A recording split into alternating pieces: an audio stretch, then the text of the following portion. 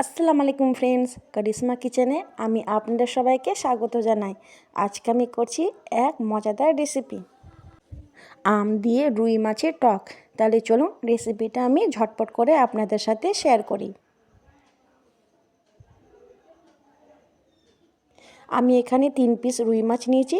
মাছগুলোকে পরিষ্কার করে ধুয়ে নিয়েছি। দিচ্ছি আমি সামান্য লবণ, দিচ্ছি সামান্য হলুদ গুঁড়ো। এই দুটো উপকরণকে আমি ভালো করে হাত দিয়ে মেখে নিচ্ছি। দেখুন মাখানো হয়ে গেছে। এখানে নিয়েছি আমি দুটো আলুকে কেটে ধুয়ে পরিষ্কার করে নিয়েছি। একটা কাঁচা আম নিয়েছি, আমটাকে কেটে জলের মধ্যে দিয়েছি। এখানে মশলা লাগবে পেঁয়াজ, কাঁচা লঙ্কা আর রসুন। প্যানে তেল গরম হয়ে গেছে। একটা একটা করে মাছগুলো আমি কড়াইয়ের মধ্যে দিয়ে দেব। এদিকে মাছ ভাজা হোক, মশলাটা আমি ততক্ষণ রেডি করে নিই। একটা মিক্সার জারে সব মশলাগুলো দিয়ে সামান্য জল দিয়ে ওটাকে আমি পেস্ট করে নেব। দেখুন পেস্ট করা হয়ে গেছে। একটা পাত্রের মধ্যে সব মশলার পেস্টকে আমি ঢেলে রেডি করে রাখবো। এদিকে মাছের এক সাইড ভাজা হয়ে গেছে, অন্য সাইডও আমি পাল্টে ভাজবো। মাছ ভাজা হয়ে গেছে। একটা পাত্রের মধ্যে আমি একটা একটা করে সব মাছকে উঠিয়ে নেব। দেখুন কি সুন্দর করে ভাজা হয়েছে। ওই কড়াইয়ে আমি আলুটা ভেজে নেব।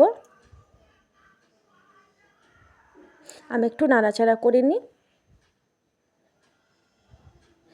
আলুটা প্রায় ভাজা হয়ে গেছে। একটা পাত্রের মধ্যে আমি আলুগুলো উঠিয়ে রাখবো। এদিকে আমি কড়াইয়ের মধ্যে একটু আরও তেল দিব। মশলার পেস্টটা আমি তেলের মধ্যে দিয়ে দেব।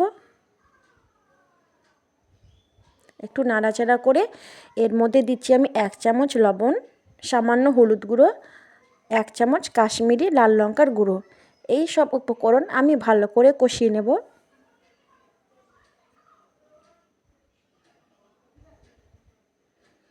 দেখুন মশলাটা ভালো করে কষানো হয়ে গেছে, চারিদিক দিয়ে তেলও বেরিয়ে এসেছে। এই সময় ভেজে রাখা আলুটা মশলার সাথে দিয়ে আমি ভালো করে কষাবো।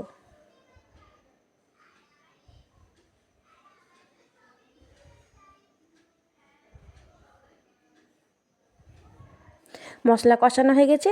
আমি পরিমাণ মতো জল দিয়ে ভালো করে নাড়াচাড়া করে সেদ্ধ হতে দেব প্রায় 10 থেকে 15 মিনিটের জন্য।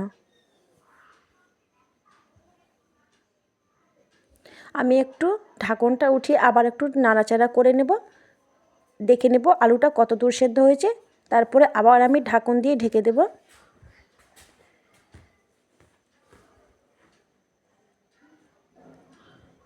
দেখুন আলুটা প্রায় 70% সেদ্ধ হয়ে গেছে। আমি এই সময় কেটে রাখা আমগুলো এক এক করে দিয়ে দিব তরকারির মধ্যে। চামচ দিয়ে নাড়াচাড়া করে আমি ঢেকে রাখব কিছুক্ষণের জন্য। আমটা যেন হালকা হালকাভাবে সেদ্ধ হয়ে যায়।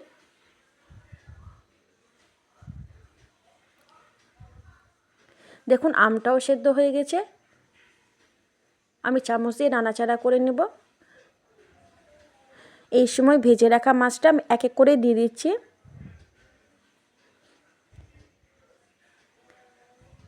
মাছগুলোকে আমি এপিট ওপিট করে একটু তরকারির সাথে মাখিয়ে নিচ্ছি। দেখুন কি সুন্দর হয়েছে রেসিপিটা। একবার বাড়িতে অবশ্যই ট্রাই করে দেখবেন। কাঁচা আম দিয়ে রুই মাছের তরকারি দেখুন রেডি হয়ে গেছে আমাদের কাঁচা আমে রুই মাছের তরকারি। খেতে কিন্তু দুর্দান্ত টেস্টি লাগবে। একবার অবশ্যই বাড়িতে ট্রাই করে দেখবেন।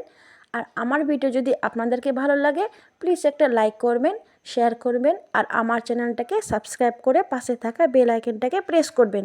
আর ভিডিও দেখার জন্য আপনাদের সকলকে অশেষ অশেষ ধন্যবাদ।